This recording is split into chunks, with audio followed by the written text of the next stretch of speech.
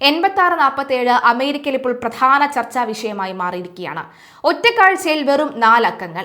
പക്ഷേ അതിന്റെ പേരിൽ US പ്രസിഡന്റ് ട്രംപിനെ വധിക്കാൻ ആഹ്വാനം നടത്തിയെന്ന കുറ്റത്തിന് കോടതി കയറുകയാണ് US federal bureau of investigation മുൻ ഡയറക്ടർ കൂടിയായ ജെയിംസ് കോമി.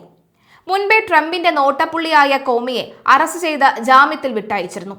2025 മെയ്യിൽ ബീച്ചിൽ കക്കയുടെ പുറംതോടുകൾ ഉപയോഗിച്ച് 86-47 എന്ന അക്കങ്ങളുടെ മാതൃക ആരോ ഉണ്ടാക്കി വെച്ചിരിക്കുന്നതിന്റെ ചിത്രം കോമി കൂൾ ഷെൽ ഫോർമേഷൻ എന്ന അടിക്കുറിപ്പോടു കൂടിയാണ് ഇൻസ്റ്റയിൽ പോസ്റ്റ് ചെയ്തത്. പക്ഷേ സംഭവം അത്ര കൂളായിരുന്നില്ല. അമേരിക്കയിൽ ഒരാളെ കൊന്നുകളയുക എന്നതിന് ഉപയോഗിക്കുന്ന കോഡ് ആണ് ഈ 86 എന്ന് പറയുന്നത്. ഭക്ഷണശാലകളിലും മറ്റും ഒരു വിഭവം തീർന്നു എന്ന് സൂചിപ്പിക്കാനാണ് 86 എന്ന കോഡ് ഉപയോഗിച്ച് തുടങ്ങിയത്. ബിരിയാണി 86 അല്ലെങ്കിൽ ബിരിയാണി 86 എന്ന ബോർഡ് കണ്ടാൽ ബിരിയാണി തീർന്നു എന്നാണ് അർത്ഥം. US-ന്റെ 47ാം പ്രസിഡന്റാണ് ട്രംപ്. ക്യാമ്പസ് സംവാദത്തിനിടെ വെടിയേറ്റ് മരിച്ച ട്രംപ് അനുകൂലിയായ വലതുപക്ഷ ആക്ടിവിസ്റ്റ് ചാർലി കർക്കിന്റെ തൊപ്പിയിലും 47 എന്ന അക്കം എഴുതിയിരുന്നു. അപ്പോൾ 2 അക്കങ്ങളും കൂട്ടി വായിച്ചാൽ ട്രംപിനെ തീർത്തു കളയുക എന്ന അർത്ഥമുണ്ടെന്നും വ്യാഖ്യാനിച്ചാണ് കോമിക്കെതിരെ കഴിഞ്ഞ ദിവസം കേസെടുത്തതും അറസ്റ്റ് ചെയ്തതും. സംഭവം വിവാദമായതോടുകൂടി താൻ അങ്ങനെ ഉദ്ദേശിച്ചിട്ടല്ല എന്നും പറഞ്ഞ് കോമി പോസ്റ്റ് പിൻവലിച്ചു. പക്ഷേ നിരന്തര വിമർശകനായ കോമിയെ തീർക്കാൻ ട്രംപ് തീരുമാനിച്ചു. 10 വർഷം വരെ തടവ് ശിക്ഷ ലഭിക്കാവുന്ന കുറ്റങ്ങളാണ് ചുമത്തിയിട്ടുള്ളത്. കേസ് രാഷ്ട്രീയ പകപോക്കലാണെന്നും നീതിന്യായ വ്യവസ്ഥയിൽ വിശ്വാസമുണ്ടെന്നും കോമി സമൂഹമാധ്യമത്തിൽ പ്രതികരിച്ചു.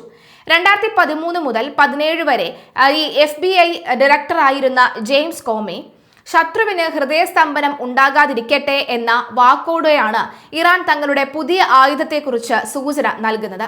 യുദ്ധക്കപ്പലുകളുടെയും അന്തർവാഹിനികളുടെയും ചീളുകളാക്കി നുറുക്കാൻ പ്രഹരശേഷിയുള്ളതും ബുള്ളറ്റിന് സമാനമായ സഞ്ചരിക്കുന്നതുമായ ഹൂട്ട് ആണ് ഇനി തങ്ങൾ പുറത്തെടുക്കാൻ പോകുന്നത് എന്ന ഇറാന്റെ സൂചനകൾ സത്യത്തിൽ ഈ ചർച്ചകൾക്കിടയിലും വരുന്നുണ്ട്. കഴിഞ്ഞ ദിവസമാണ് ഇറാൻ സൈനിക മേധാവിയുടെ ശത്രുക്കൾക്ക് ഹൃദയാഘാതം വരും എന്നുള്ള തരത്തിലുള്ള പോസ്റ്റുകൾ പങ്കുവച്ചത്. അത് വലിയ ചർച്ചയായിരുന്നു. എന്തായാലും അതിനു പിന്നാലെയാണ് ഇറാന്റെ രഹസ്യായുധമായ ഹൂട്ട് ഇനി പുറത്തേക്ക് എടുക്കുമെന്ന വാർത്ത കൂടി വരുന്നത്.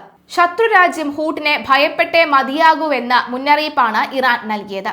നാവിക ഉപരോധം പിൻവലിക്കാൻ അമേരിക്ക തയ്യാറാവാതിരുന്നതോടെ സമാധാന ശ്രമങ്ങൾ പരാജയപ്പെടുന്നതിന്റെ കൂടി പശ്ചാത്തലത്തിലാണ് ഇറാന്റെ അടുത്ത ഭീഷണി പുറത്തുവരുന്നത്. ഇറാൻ നാവിക കമാൻഡർ ഷഹ്റാം ഇറാനിയാണ് തങ്ങളുടെ രഹസ്യ ആയുധത്തെക്കുറിച്ചുള്ള സൂചനകൾ നൽകുന്നത്.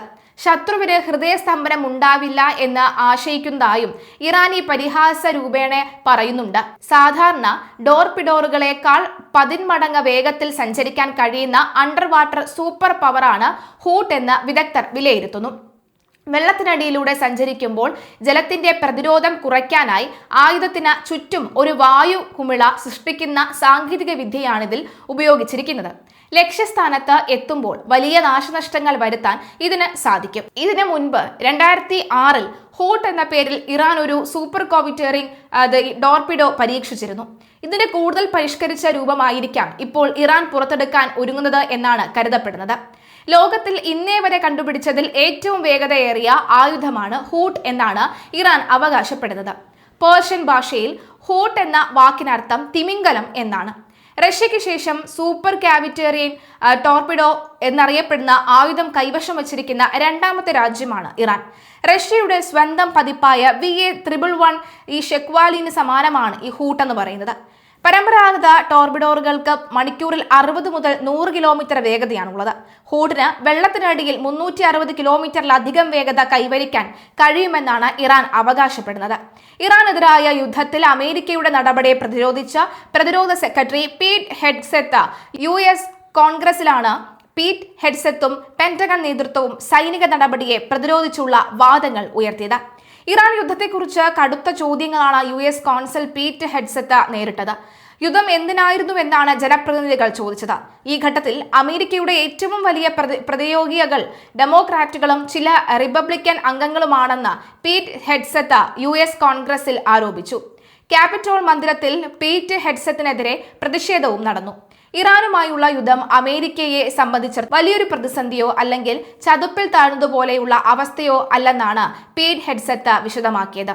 ബുധനാഴ്ച ഹൗസ് ആംഡ് സർവീസ് കമ്മിറ്റിയിൽ നടന്ന ഹിയറിംഗിലാണ് അദ്ദേഹം സർക്കാരിന്റെ നയങ്ങളെ ന്യായീകരിച്ച് യുദ്ധം നീണ്ടുപോകുന്നത് അമേരിക്കയുടെ സൈനിക ശേഷിയെ തളർത്തുന്ന വിയറ്റ്നാം മോഡൽ കെണിയായി മാറുമോ എന്ന ജനപ്രതിനിധികളുടെ ആശങ്കകളെ പീറ്റ് ഹെഗ്സെത്ത് തള്ളിയത്.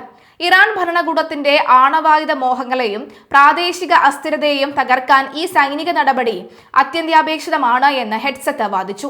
മുൻ ഭരണകൂടങ്ങൾ ഇറാനോട് മൃദു സമീപനം സ്വീകരിച്ചതാണ് സ്ഥിതിഗതികൾ ഇത്രത്തോളം വഷളാക്കിയത് എന്നും പീറ്റ് ഹെഗ്സെത്ത് ആരോപിച്ചു. യുദ്ധം എന്നത്തേക്ക് അവസാനിക്കുമെന്നോ അല്ലെങ്കിൽ ഇതിൽ നിന്നുള്ള എക്സിറ്റ് പ്ലാൻ എന്താണെന്നോ വ്യക്തമാക്കാൻ ഡെമോക്രാറ്റിക് അംഗങ്ങൾ ആവശ്യപ്പെട്ടെങ്കിലും കൃത്യമായ സമയപരിധി നിശ്ചയിക്കാൻ പീറ്റ് ഹെഗ്സെത്ത് തയ്യാറായില്ല. എന്നാൽ അമേരിക്ക ലക്ഷ്യം കാണുന്നതുവരെ പിൻവാങ്ങില്ല എന്നും ഇറാന്റെ ഭീഷണികളെ പൂർണ്ണമായും ഇല്ലാതാക്കുകയാണ് ലക്ഷ്യമെന്നും പീറ്റ് ഹെഗ്സെത്ത് ആവർത്തിച്ചു.